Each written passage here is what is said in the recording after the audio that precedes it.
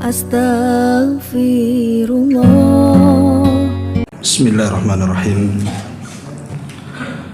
Assalamualaikum warahmatullahi wabarakatuh. Alhamdulillah wassalatu wassalamu ala rasulillah wa ala alihi wa sahbihi wa mawalah wa la hawla wa la quwata illa billahi wa ba'du. Baik, kita akan lanjutkan kajian tafsir surah Al-Ma'arij, dan kita sudah masuki ayat ke 36 dan seterusnya. A'udzubillahi minasyaitonir rajim. Bismillahirrahmanirrahim. Fama lilladzina kafaru kibalaka muhti'in anil yamini wa anis shimali izin ayatma'u kullu mri'in minhum an yudkhala jannata na'im kalla inna khalaqnahum mimma ya'lamun fala uqsimu bi rabbil masyariqi wal magharibi inna laqadirun ala an nubaddila khairan minhum wa ma nahnu bimasbuqin fadharhum yakhudhu wa yal'abu hatta yulaqu yawmahum alladhi yu'adun yawma yakhrujuna minal ajdathi sira'an ka'annahum ila nusubi yufidun khashi'atan absaruhum tarhaquhum dhillah dhalikal yawmul ladhi kanu yu'adun. Mengapa orang-orang kafir itu bersegera datang ke arahmu dari sisi kanan dan dari sisi kiri dengan berkelompok-kelompok? Apakah setiap orang dari mereka ingin dimasukkan ke dalam surga yang penuh kenikmatan? Sekali-kali mustahil. Sesungguhnya kami menciptakan mereka dari apa yang mereka ketahui. Maka aku bersumpah dengan Rabb yang mengatur tempat-tempat terbit dan terbenamnya matahari, bulan ataupun bintang. Sesungguhnya kami benar-benar maha kuasa untuk itu, untuk mengganti mereka dengan kaum yang jauh lebih baik daripada mereka. Sekali-kali kami tidak dapat dikalahkan oleh mereka. Maka biarkanlah mereka tenggelam dalam kesesatan dan bermain-main di dunia sampai mereka menjumpai hari yang dijanjikan Allah kepada mereka, yaitu pada hari ketika mereka keluar dari kubur-kubur mereka dengan sangat cepat, seperti ketika mereka pergi dengan segera menuju berhala-berhala sewaktu di dunia. Pandangan mereka tertunduk serta diliputi kehinaan. Itulah hari yang diancamkan Allah kepada mereka. Hadirin dan hadirat yang dimuliakan Allah Subhanahu wa ta'ala, ayat ini atau ayat-ayat ini surah Al-Ma'arij ayat 36 sampai ayat terakhir 44 menjelaskan kepada kita tentang kekufuran orang-orang kafir, tentang kebencian orang-orang kafir kepada Rasul dan juga Islam. Dan Allah Subhanahu wa ta'ala menjelaskan tentang itu akibat yang dahsyat kelak pada hari kiamat. Di sini Allah Subhanahu wa ta'ala mengatakan, fama lilladzina kafaru kibalaka muhti.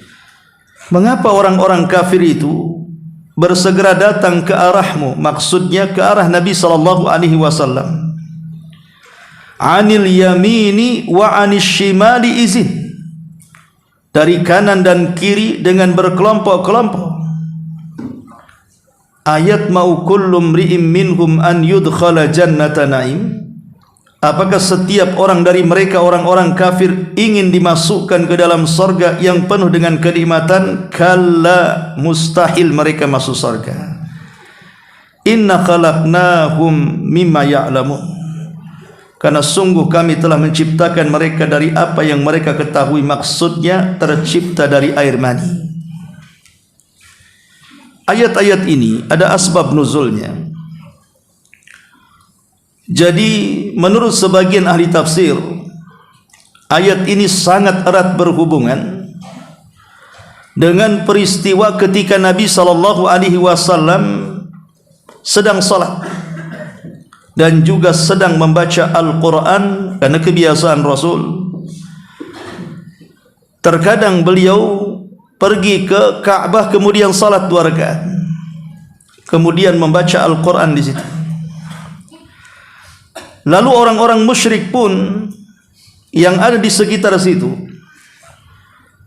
apabila Nabi SAW sedang membaca Al-Quran, maka mereka pura-pura berkumpul, berkelompok-kelompok, sambil mendekati Nabi SAW dari arah kiri dan kanan Nabi SAW, seolah-olah mereka ingin mendengarkan Al-Quran. Tapi sebenarnya mereka tidak sedang mendengarkan Al-Quran, mereka sedang mengejek Al-Quran. Jadi setiap Nabi SAW membaca Al-Quran, mata-mata mereka selalu melotot, kemudian telinga-telinga sok mendengarkan Quran, seakan-akan mereka memperhatikan ayat-ayat yang dibaca Nabi SAW. Terkadang mereka mengejek dengan cara manggut-manggut, seolah-olah sok paham dengan Quran, sambil mengangkat kepala manggut-manggut seolah-olah paham. Tapi maksud mereka itu sebenarnya hanya ingin menghina Rasul dan menghina Al-Quran yang dibacanya. Itulah kerakuan orang-orang kafir Quraisy terhadap Nabi SAW. Dan apabila kemudian Nabi SAW membaca Al-Quran yang berkenaan dengan sorga, di mana dalam ayat itu dijelaskan bahwa sorga diperuntukkan untuk orang-orang yang beriman, maka mereka pun kemudian mengolok-olok dan mengatakan, sesungguhnya sorga itu milik kami, bukan milik kalian. Dan mereka pun mulai sambil mengejek Nabi SAW menutup telinga-telinga mereka, kemudian menutup wajah-wajah mereka. Kemudian setelah itu mereka menyingkir satu persatu. Maka di sini Allah Subhanahu wa taala mengatakan, "Fama lilladzina kafaru kibalaka muhtiin." Mengapa orang-orang kafir itu bersegera datang ke arahmu saat engkau membaca Al-Quran dan saat engkau salat? Anil yamini wa anis shimal, dari arah kiri dan kanan, berkelompok-kelompok mendekati Nabi SAW, berpura-pura untuk mendengarkan ayat Al-Quran padahal mereka sedang mengejek Rasul, berpura-pura memperhatikan Al-Quran padahal mereka sedang mengolok-olok kalamullah. Anil yamini wa anis shimali izi, ayat ma'u kullu mri'in minhum an yudkhala jannata na'im. Apakah setiap orang dari mereka orang-orang kafir itu ingin dimasukkan ke dalam surga yang penuh dengan kenikmatan? Saya katakan tadi, apabila Nabi menceritakan sorga dalam Quran, maka mereka akan menyanggah bahwa sorga yang kau ceritakan wahai Muhammad itu milik kami, bukan milik kalian. Itu milik kami, kami yang akan masuk sorga, bukan kalian yang akan masuk sorga. Maka Allah mengatakan, kalla, sekali-kali tidak, mustahil kalian bisa masuk sorga. Mustahil kalian akan diberikan nikmat oleh Allah Subhanahu wa ta'ala, karena inna khalaqnahum mimma ya'lamun. Bukankah kami telah menciptakan mereka orang kafir itu dari setetes air mani? Maksudnya adalah orang-orang kafir ini sebenarnya mereka tidak yakin adanya kehidupan setelah kematian. Mereka sebenarnya tidak yakin ada hidup setelah kematian. Bagi mereka hidup ya hidup, kalau sudah mati selesai. Yang menghidupkan dan mematikan mereka hanya masa yang berjalan. Jadi setelah kematian tidak ada apa-apa, ya sudah mati-mati. Jadi bangkai, jadi tulang belulang dimakan tanah, selesai sampai di situ. Tidak ada namanya hisab, tidak ada yang namanya mizan, tidak ada namanya sirat, tidak ada namanya jannah dan nar, tidak ada. Mereka menganggap seperti itu. Tapi kenapa kemudian mereka mengatakan bahwa kami yang berhak masuk surga di antara kalian? Kalimat ini hanya sekedar mengejek. Mereka mengolok-olok Al-Quran yang dibaca Nabi SAW. Dan sekalipun mereka menginginkan masuk ke dalam surga, maka Allah mengatakan, kalla, mustahil kalian masuk surga. Bukankah kalian diciptakan dari air mani sama dengan yang lain? Seolah-olah Allah Subhanahu wa ta'ala ingin mengatakan kepada mereka, kalian tidak ingat dulu kalian tidak ada. Kalian tidak ingat kalau dulu kalian itu tidak tercipta. Lalu Allah Subhanahu wa ta'ala menciptakan kalian sehingga menjadi ada. Dan itu sanggup bagi Allah Subhanahu wa ta'ala. Kalau Allah mampu menciptakan dari ketidakada menjadi ada, maka Allah lebih sanggup lagi menciptakan yang sudah ada kemudian mati dan Allah adakan kembali. Bagi Allah itu sangat mudah. Jadi Allah Subhanahu wa ta'ala ingatkan mereka, inna khalaqnahum mimma ya'lam. Sekali-kali tidak, sesungguhnya kami menciptakan mereka dari apa yang mereka ketahui maksudnya dari air mani. Setetes air mani yang sangat menjijikkan. Dari sini kita tahu juga bahwa faktor lahiriah itu tidak mungkin menghantarkan mereka orang-orang kafir masuk surga. Kalian sudah tahu kami ciptakan kalian dari apa? Dari air mani. Jadilah seperti kalian yang kufur kepada Allah. Apakah jenis kalian, badan kalian, rupa kalian pantas masuk surga? Ingat, surga itu bukan diperoleh lewat fisik yang indah. Surga itu tidak mungkin diperoleh lewat badan yang kuat, yang kekal. Tidak, tapi surga itu diperoleh dengan iman, amal dan takwa kepada Allah Azza wa Jalla. Karena Nabi SAW mengatakan, innallaha la yanzuru ila suwarikum wala ila ajsadikum walakin yanzuru ila qulubikum wa a'malikum. Allah tidak akan melihat rupamu, juga Allah tidak melihat jasadmu. Yang Allah Subhanahu wa ta'ala lihat adalah hati-hati kalian dan juga amal-amal kalian. Itulah yang Allah Subhanahu wa ta'ala lihat. Lalu apa yang dibanggakan? Toh saya dan anda juga diciptakan dari air yang sama, air mani. Kemudian kita sama-sama remaja, kemudian dewasa, kemudian tumbuh seperti sekarang. Apa bedanya saya dengan anda? Badan itu tidak bisa membedakan. Dalam Islam, rupa itu tidak bisa membedakan satu dengan yang lainnya. Kalau rupanya ganteng, dia mulia. Rupanya tidak ganteng, dia tidak mulia. Islam tidak memandang kemuliaan dengan rupa. Atau kalau fisiknya kuat, bodinya bagus, six-pack dan begitu seterusnya, anda dikatakan mulia. Adapun yang letoy bahasa kitanya, badannya juga tidak bertenaga, kita katakan hina. Tidak, Islam bukan itu barometernya. Makanya dengan tegas Nabi SAW mengatakan dalam khutbatul hajah, ketika beliau sedang melaksanakan haji wada dan sedang berada di Arafah, Nabi mengatakan, ayyuhan nas, la fadla bainal arabi wal ajam walal aswad alal ahmar illa bitaqwallahi azza wajalla. Wahai manusia, tidak ada bedanya anda mau orang Arab, anda mau bukan orang Arab, anda yang berkulit hitam, anda yang berkulit merah, putih, hitam dan begitu seterusnya. Yang membedakan adalah ketakwaan kalian kepada Allah Subhanahu wa ta'ala. Dan surga itu hanya diperuntukkan untuk orang-orang yang bertakwa, bukan orang-orang kafir. Seolah-olah Allah katakan seperti itu, kalian tidak layak masuk surga. Kalau masuk surga itu hanya karena dilahirkan dari setetes air mani, itu bukan tujuan Allah menciptakan kita dan menciptakan surga. Tapi tujuan Allah menciptakan kita ini untuk beribadah. Dengan ibadah itulah kita bisa masuk surga. Wa ma khalaqtul jinna wal insa illa liya'budun. Tidaklah kami ciptakan jin dan manusia kecuali mereka disuruh untuk beribadah kepada Allah Subhanahu wa taala. Kondisi yang dialami Nabi sallallahu alaihi wasallam yang digambarkan dalam surah Al-Ma'arij 36 sampai 39 ini persis dengan apa yang dialami siapa? Nabi Nuh alaihi salatu wassalam, yang dijelaskan dalam surah Nuh.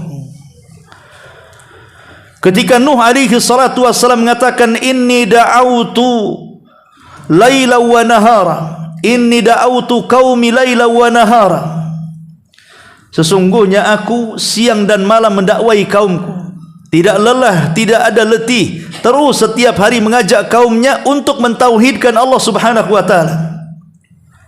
Walam yajidhum illa firara. Tapi apa yang terjadi? Kaum Nuh tidak ada satu pun yang menerima dakwah Nuh kecuali mereka lari. Lebih daripada itu, apabila Nuh berceramah, tangan-tangan mereka dimasukkan ke lubang-lubang telinga. Tidak cukup sampai itu, washtaghthaw siyabahum, mereka pun menutup siyabahum, menutup pakaian-pakaian mereka di wajah-wajah mereka. Apabila Nuh makin lantang berdakwah, mereka pun kemudian menyahut seolah-olah jangan sampai suara Nuh kedengaran dengan jelas. Wastakbaru istikbara wa asarru wastakbaru istikbara. Mereka berlaku sombong dan terus menentang dakwah Nuh alaihi salatu wasalam. Itulah yang dialami Nabi sallallahu alaihi wasallam. Selalu ada istihza dari kaumnya ketika Nabi SAW membacakan Al-Quran, seolah-olah mereka mendengarkan Quran, tapi mereka sebenarnya sedang menjauhi Al-Quran. Mata-mata melotot seolah-olah mereka memperhatikan, telinga seolah-olah diperdengarkan, tapi hakikatnya mereka sedang mengejek Al-Quran yang dibaca Rasul. Walaupun wajah mereka manggut-manggut seolah-olah paham, tapi mereka sebenarnya sedang memperolok-olok Al-Quranul Karim. Ma'asyiral muslimin yang dimuliakan Allah Azza wa Jalla, maka faedah dari ayat ini, maka siapapun yang dibacakan Al-Quran kepadanya, kemudian orang ini memperolok-olok zabil Quran, maka kufrun ijma'an, orang ini telah kufur secara kesepakatan. Karena Allah yang mengatakan, Qul abillahi wa ayatihi wa rasulihi kuntum tastahzi'un la ta'tadhiru qad kafartum ba'da imanikum. Apakah dengan Allah, dengan ayat-ayatnya, dengan Rasulnya kalian mengolok-olok?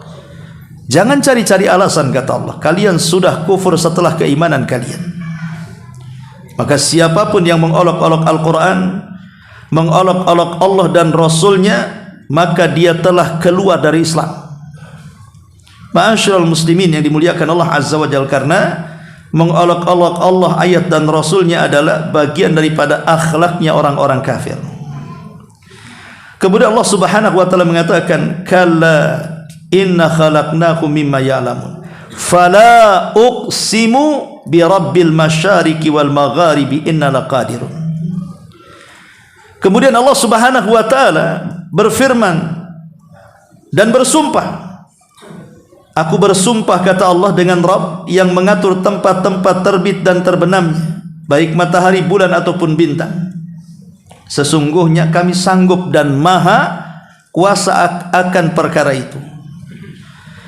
Di sini Allah Subhanahu wa taala ingin menjelaskan apa? Kudrahnya, kemampuannya, bahwa Allah Subhanahu wa taala mampu melakukan apa saja. Menerbitkan matahari dari arah barat, menerbitkan matahari dari arah timur, Allah sanggup. Menenggelamkan dari arah barat atau menenggelamkan dari arah timur, Allah sanggup. Dan itulah yang tidak disanggupi oleh para pengaku Tuhan. Ketika Ibrahim berdebat dengan Namrud, kemudian Namrud mengatakan, sif lana rabbaka ya Ibrahim, sifatkan Rabbmu seperti apa wahai Ibrahim. Maka Nabi Ibrahim mengatakan, Rabbku adalah yuhyi wa yumit, dia zat yang mematikan seseorang dan menghidupkan seseorang. menghidupkan dan mematikan seseorang. Namrud mengatakan, kalau hanya itu kemampuan Rabbmu, aku juga mampu. Ana uhyi wa umit, saya juga bisa menghidupkan, saya juga bisa mematikan, kata Namrud. Gak percaya? Pengawal, datangkan 2 tahanan kemari. Ambilkan sebilah pedang di tanganku. Kemudian Namrud menusuk salah satunya sampai mati dan membebaskan yang lainnya, disuruh pergi. Kata Namrud, lihat, aku bisa menghidupkan, aku bisa mematikan. Bahwa matinya orang ini aku yang tentukan, hidupnya orang ini aku tentukan. Lihat, aku bisa menghidupkan dan mematikan. Sebenarnya Ibrahim tahu bukan itu maksudnya. Maksudnya matikan dulu baru kau hidupkan, itu maksudnya kan. Tapi Namrud salah paham. Ya. Tapi Ibrahim tidak melanjutkan perkara ini, karena ini soal urusan darah masalahnya. Ibrahim hanya mengalihkan topik yang lainnya. Kata Ibrahim, tapi Rabbku bukan hanya sekedar menghidupkan dan mematikan. Rabbku bisa mendatangkan matahari dari arah timur dan menenggelamkan ke arah barat. Sekarang Namrud, kau putar balik matahari, terbitkan dari barat, tenggelamkan ke timur. Kalau engkau sanggup, maka engkau adalah Rabb. Fabuhital ladzi kafar. Namrud pun diam. Siapa yang sanggup memindahkan matahari terbit? Siapa yang sanggup kecuali Allah Subhanahu wa taala? Tidak ada satupun yang mengaku Tuhan di permukaan bumi ini yang sanggup memindahkan terbitnya matahari atau memindahkan tenggelamnya matahari. Hanya Allah Subhanahu wa taala. Maka dalam ayat ini Allah Subhanahu wa taala ingin menjelaskan kepada orang-orang kafir Quraisy itu dan kepada umumnya orang-orang kafir, kalau Allah bisa kemudian menciptakan matahari, menerbitkan dari timur, menenggelamkan ke barat, atau mungkin sebaliknya nanti di akhir zaman terbit dari arah barat dan terbenam ke timur, maka Allah juga sanggup membangkitkan orang yang sudah meninggal dunia. Bagi Allah itu mudah, membangkitkan orang yang sudah mati. Karena menciptakan yang tidak ada jadi ada saja sanggup, ini sudah ada ciptaannya, hanya tinggal dibangkitkan lagi, tentu lebih sanggup lagi. Makanya Allah Subhanahu wa taala mengatakan, ala an nubaddila khairan minhum wa ma nahnu bimasbukin. Allah Subhanahu wa taala mengatakan, untuk mengganti mereka orang-orang kafir dengan kaum yang jauh lebih baik daripada mereka, kami sekali-kali tidak dapat dikalahkan. Kalau Allah Subhanahu wa taala mau, dengan kekuasaannya, dengan keperkasaannya, dengan kemahakuasaannya, Allah bisa membinasakan seluruh orang kafir. Allah sanggup membinasakan orang kafir. Dan orang kafir tidak akan sanggup menyakiti Allah, melemahkan Allah dan mengalahkannya. Wa ma nahnu bimasbukin. Sekali-kali mereka tidak dapat dikalahkan. Kami sekali-kali tidak dapat dikalahkan.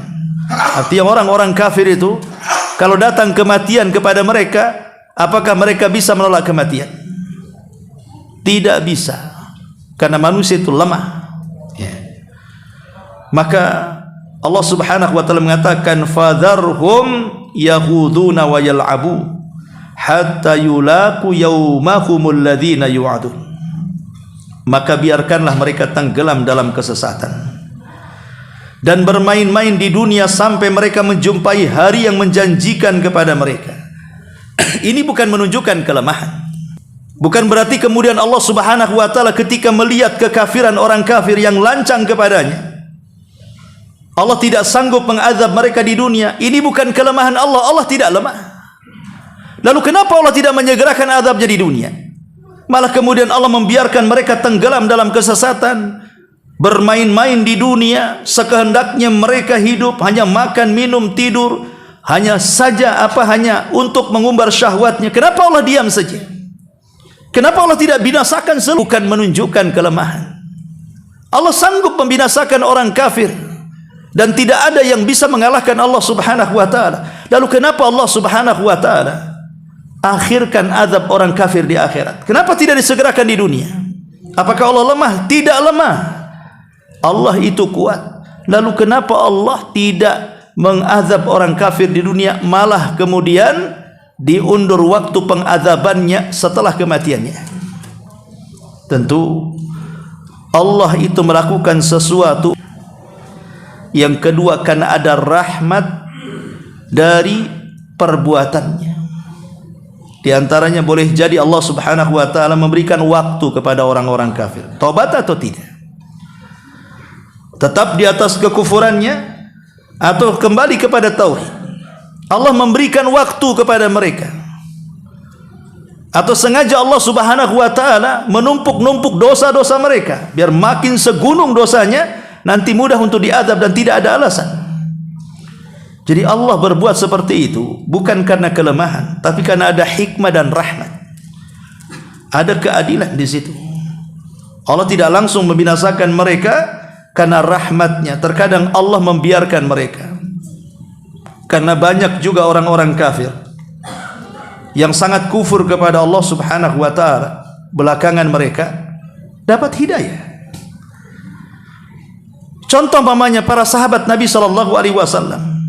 Banyak mantan-mantan kafir dan musuh-musuh Nabi. Sebut saja Ikrimah. Kurang apa Ikrimah ini memusuhi Nabi SAW karena dia putra daripada Fir'aunnya umat ini, Abu Jahal.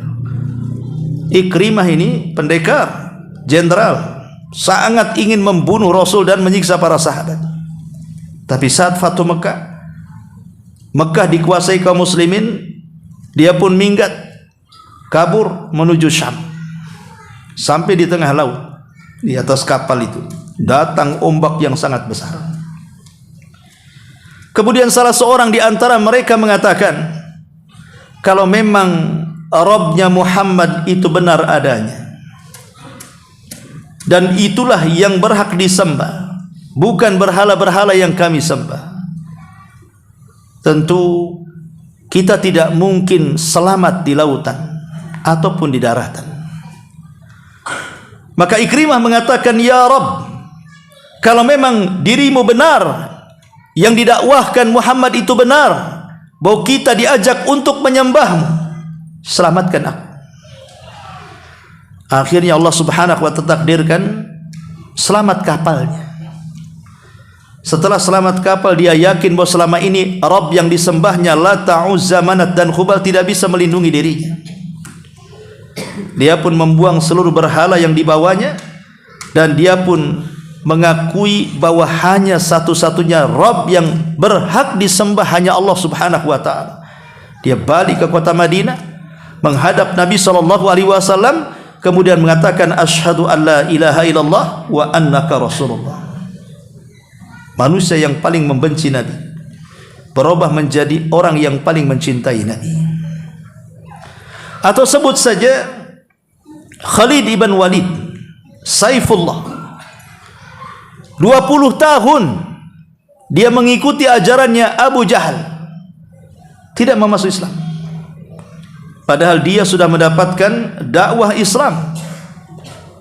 Baru setelah 20 tahun lewat, Khalid dapat hidayah. Ketika Abu Bakar Siddiq radhiyallahu mengatakan, kenapa engkau baru masuk Islam ya Khalid? Kenapa tidak seperti kami di awal-awal engkau masuk Islam? Kenapa baru sekarang? Kata Khalid bin Walid, bukan begitu wahai Abu Bakar. Kami dulu itu sangat bangga dengan Abu Jahal, sangat menggandrungi Abu Jahal, sangat mengidolakan Abu Jahal. Kata-katanya bijak sekali, sehingga kami terpengaruh dengan Abu Jahal dan kami tidak peduli dengan kalam Allah.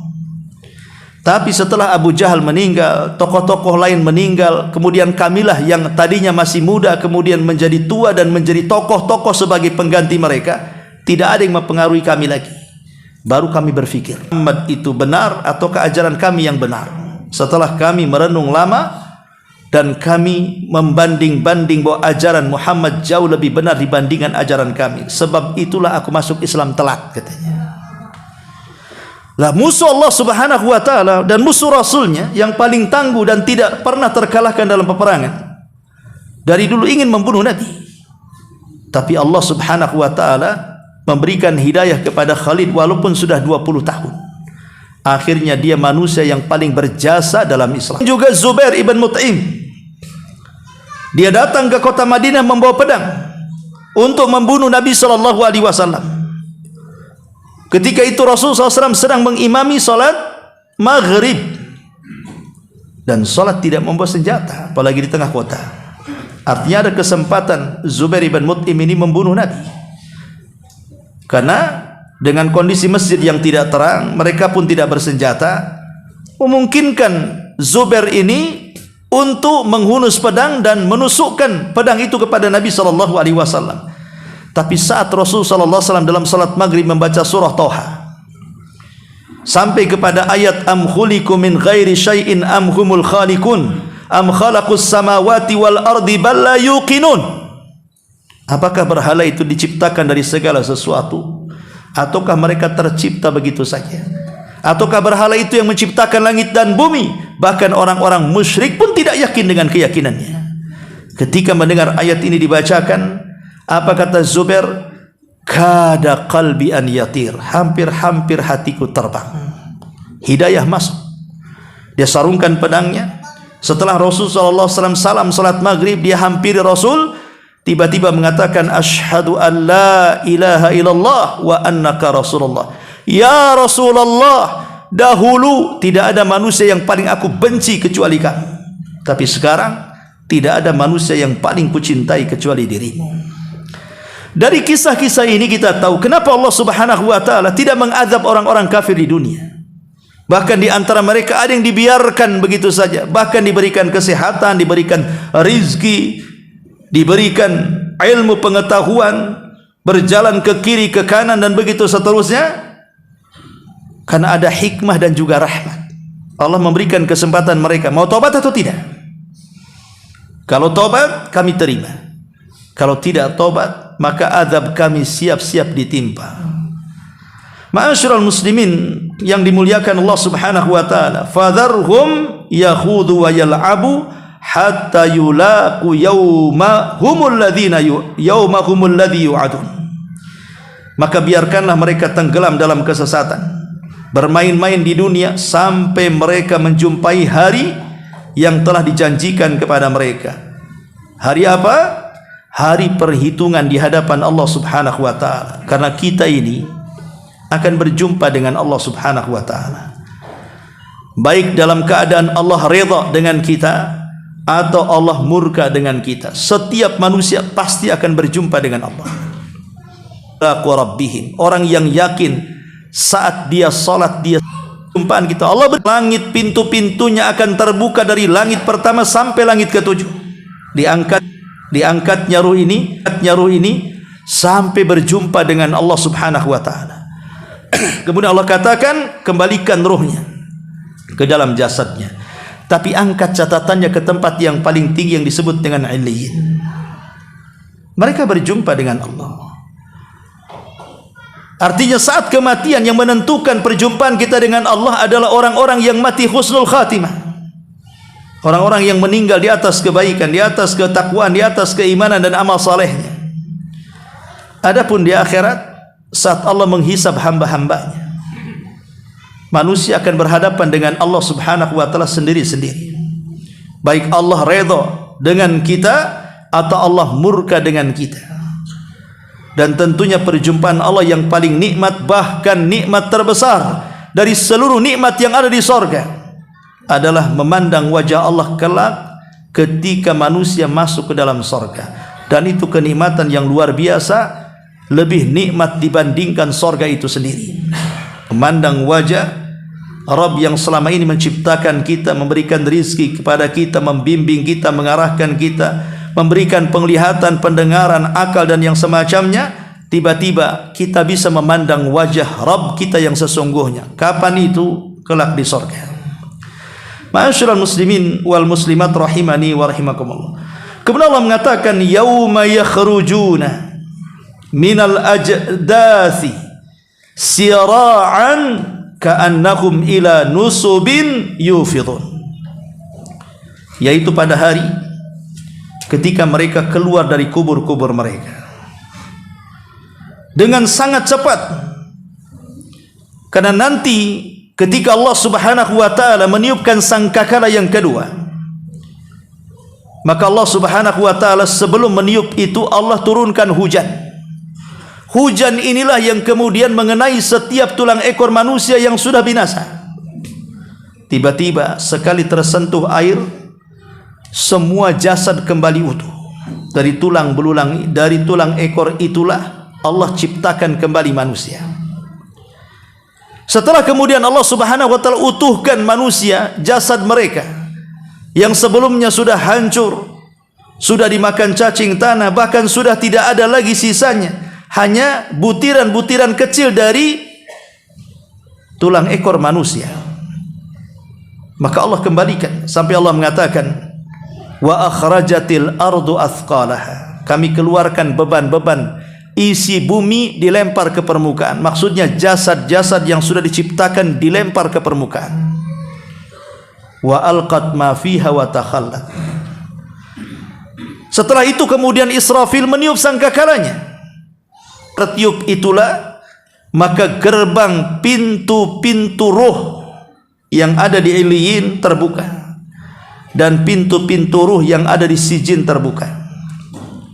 Karena saat kiamat, ruhnya orang-orang yang beriman diletakkan di Iliyin, dan ruhnya orang-orang kafir munafik diletakkan di Sijin. Ketika tiupan yang kedua terbukalah itu gerbang, kemudian ruh keluar melesat menemui jasadnya masing-masing. Kuasa Allah, tidak ada satupun ruh yang tertukar dengan badannya. Padahal kita tahu makhluk dari sejak Adam sampai yang terakhir mati, siapa yang tahu jumlah mereka? Tidak ada yang tahu kecuali Allah Subhanahu wa taala jumlahnya.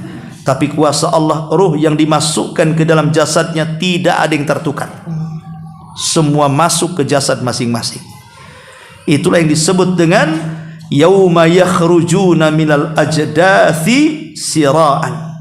Pada hari ketika mereka keluar dari kubur-kubur mereka dengan cepat, dan mereka dibangkitkan kembali.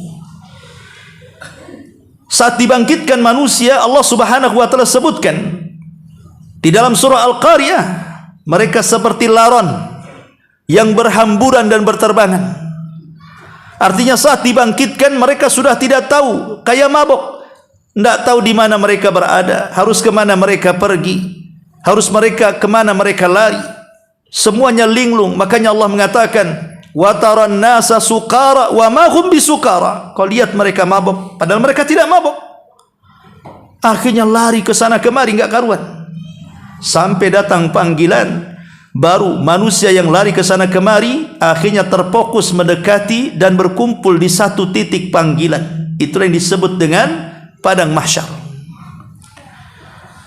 Masyarul muslimin yang dimuliakan Allah Azza wa Jalla. Kemudian Allah mengatakan, ka'annahum ila nusubin, dalam qiraah ka'annahum ila nasbin yufidun. Ketika mereka pergi, ketika mereka keluar dari kubur-kubur mereka dengan cepat, mereka keluar seperti pergi dengan segera kala sewaktu di dunia.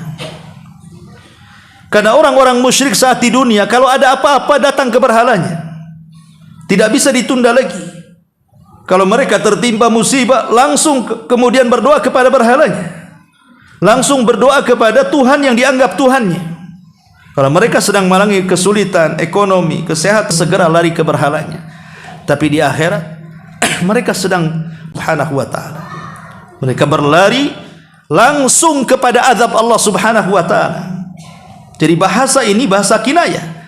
Sebagaimana di dunia mereka lari kalau ada masalah langsung berdoa kepada Tuhan-Tuhan mereka, maka di akhirat al-jaza min jinsil amar, mereka lari semuanya masuk neraka. Itulah balasan sesuai dengan amalannya.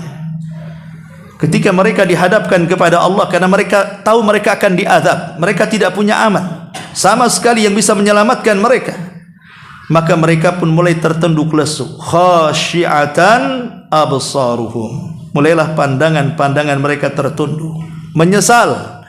Tapi apalah gunanya penyesalan ketika itu? Tarhaquhum dhillah, wajah-wajah mereka diliputi kehinaan, keputusasaan.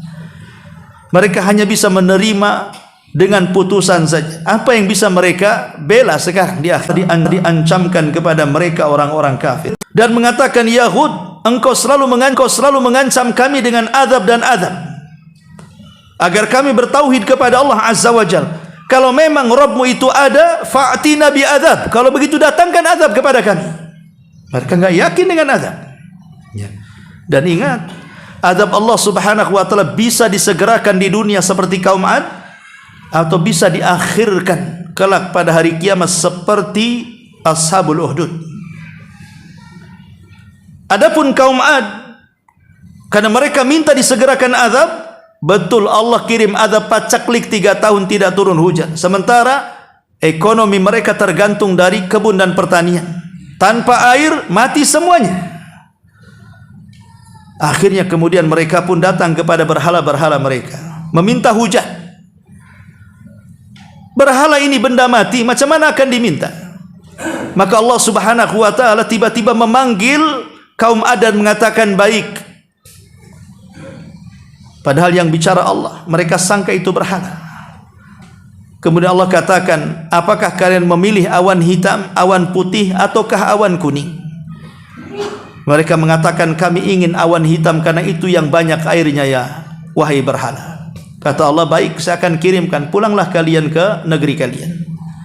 Nanti kami akan kirim awan hitam mengikuti di belakang kalian. Betul, ketika mereka pulang ke Hadraul Maut, ke Oman, maka awan hitam itu mengikuti mereka sampai ketika awan menutupi lembah-lembah kaum Ad yang merasa bahwa itu ada ketidakwajiban rahmat, tapi bisa saja mendatangkan azab. Tapi kaum Ad sudah keluar semua, menanti-nanti awan ini akan mendatangkan hujan. Tidak ada satupun kaum Ad yang ada di rumah, semua keluar menantikan awan hitam itu. Makanya Allah mengatakan, falamma ra'auhu aridan mustaqbila awdiyatihim qalu hadza aridu mumtiruna. Ketika mereka melihat awan hitam itu memenuhi lembah-lembah mereka, mereka mengatakan, inilah hujan yang akan diturunkan kepada kami. Allah mengatakan, bal huwa masta'jaltum bih. Ketahuilah bahwa awan itu adalah azab yang aku segerakan untuk kalian. Karena kalian minta, aku segerakan, kata Allah. Jadi ada orang-orang kafir itu yang lancang, minta disegerakan. Maka Allah segerakan kepada kaum Ad. Apa yang terjadi? Tiba-tiba awan hitam itu dipenuhi dengan air hujan yang sangat deras. Deras sekali. Sampai kaum Ad kebanjiran di mana-mana.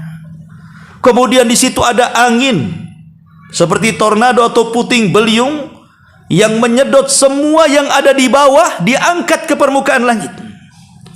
Tidak ada satupun benda-benda yang ada di bawah, manusia, mau kayu, mau rumah, mau atap, semua dinaikkan ke langit.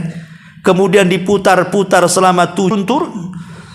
Sab'ata layalin wa thamaniyata ayyamin khusuma. 7 malam 8 hari. Diputar-putar di langit. Baru kemudian dihampaskan ke bumi. Dan mereka pun seperti ka'ajazin nakhlin khawiyah, seperti tunggul kurma yang dilempar dari atas, nancap semua badannya di bumi. Adapun kaum Ashabul Uhdud berbeda dengan kaum Ad. Ashabul Uhdud, Allah Subhanahu wa taala tidak menjelaskan azab mereka di dunia. Padahal mereka itu sudah sangat bengisnya kepada orang-orang yang beriman kepada Allah. Bayangkan, mereka membakar orang-orang yang beriman. Kata Imam Ibnu Katsir, jumlah orang yang dibakar hidup-hidup di parit api itu sampai mencapai 20.000 orang. Hanya karena mereka mengatakan Rabbi Allah, Rabbku Allah. Hanya karena mengatakan amantu billah, aku beriman kepada Allah. Semua dibunuh satu persatu. Sampai 20.000 jiwa dimasukkan ke dalam parit api. Mati terpanggang di situ. Tapi Allah tidak menjelaskan hukuman kepada Ashabul Uhdud. Kepada Ashabul Uhdud, kepada Dzu Nuwas rajanya, dan juga kepada pasukannya yang ganas dan bengis. Allah tidak menjelaskan, tapi Allah hanya menjelaskan azab mereka di akhirat. Mereka sudah disediakan neraka yang menyala-nyala untuk mereka, neraka yang akan membakar mereka. Dari sini kita tahu bahwa terkadang ada azab itu yang disegerakan di dunia karena atas permintaan mereka sendiri, ataupun ada azab yang diakhirkan seperti dalam ayat ini.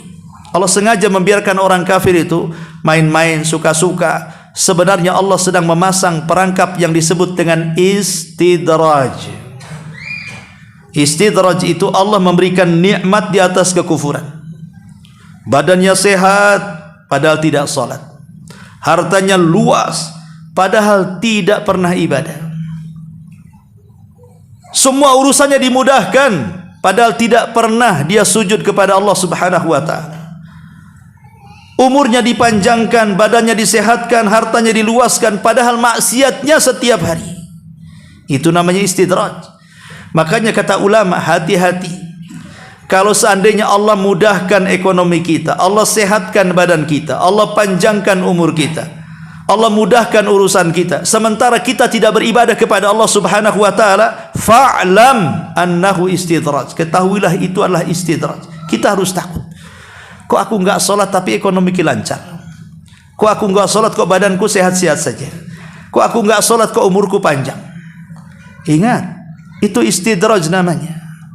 Kenapa Allah lakukan? Apakah Allah tidak sanggup untuk mengadab mereka di dunia? Allah sanggup sekali lagi. Tapi ada perkara-perkara yang diulur-ulur oleh Allah Subhanahu wa taala azabnya karena rahmat kasih sayang Allah Subhanahu wa taala memberikan kesempatan mereka untuk bertobat. Atau sengaja Allah membiarkan mereka menumpuk-numpuk dosa sekali supaya sekalian diazab dengan seazab-azabnya di akhirat. Jadi ada dua kemungkinan.